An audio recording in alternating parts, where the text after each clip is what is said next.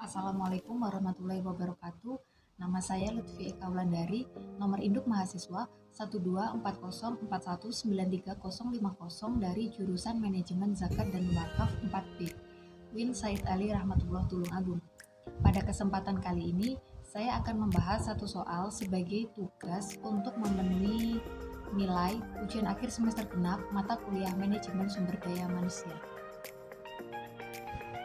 Kebijakan yang akan saya aplikasikan sebagai pimpinan perusahaan dalam situasi pandemi yang tidak jelas kapan ujungnya, sementara produktivitas perusahaan turun omset secara drastis, sehingga kebijakan yang saya ambil ini tidak merugikan karyawan, yaitu yang pertama adalah jujur dan transparan.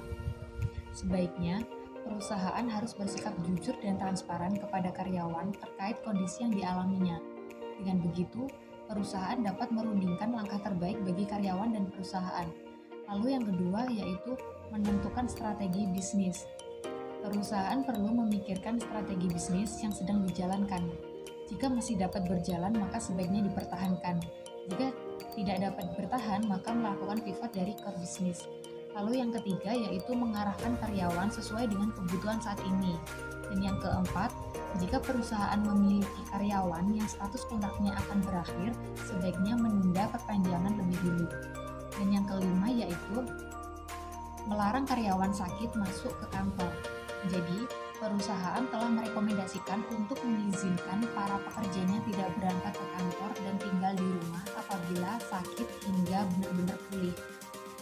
Dengan hal tersebut, perusahaan menyediakan fitur HRIS, di mana Human Resource Information System ini dapat membantu karyawan.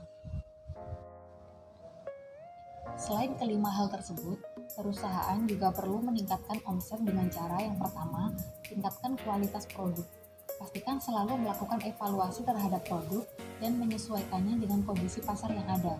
Yang kedua, kenali pasar dan konsumen dengan baik. Pastikan bisa mengenali kendala, pasar, juga konsumen yang dihadapi dengan baik, sehingga bisa memilih dan menjalankan langkah-langkah yang tepat untuk mengatasi kedua hal tersebut. Yang ketiga, tingkatkan layanan terhadap konsumen. Penting untuk memilih kemampuan yang baik dalam melayani konsumen sehingga mereka akan tetap loyal dan tidak berpaling pada produk sejenis lainnya yang ada di pasaran. Yang keempat, memaksimalkan pemasaran produk. Penting untuk terus belajar dan mengasah kemampuan dalam bidang pemasaran produk sebab bisnis dan pasar akan terus berkembang dengan pesat. Oke, terima kasih. Jadi itu tadi terkait kebijakan yang akan saya aplikasikan sebagai pimpinan perusahaan. Sekian, wassalamualaikum warahmatullahi wabarakatuh.